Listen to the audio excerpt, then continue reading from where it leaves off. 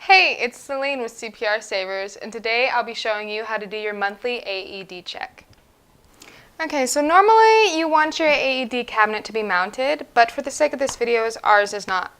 So first, you're going to open it up and make sure the alarm is in working condition, which it is. You look through this peephole on your AED and I see the green status light is blinking, so that means it's good to go, but we're going to open it up anyways.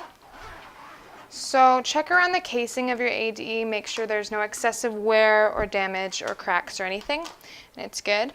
So I'm going to turn it on. Begin by removing all Okay, so that works. Check the expiration dates on the pads. So these don't expire until 2020, so those are good.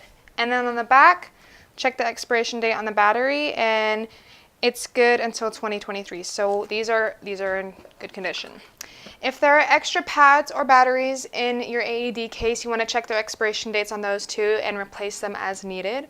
Check for supplies and everything. So that seems to be all good. So that's pretty much it for checking out your monthly AED inspection. Oh, and then of course you want to date and initial this to let others know that you checked it out.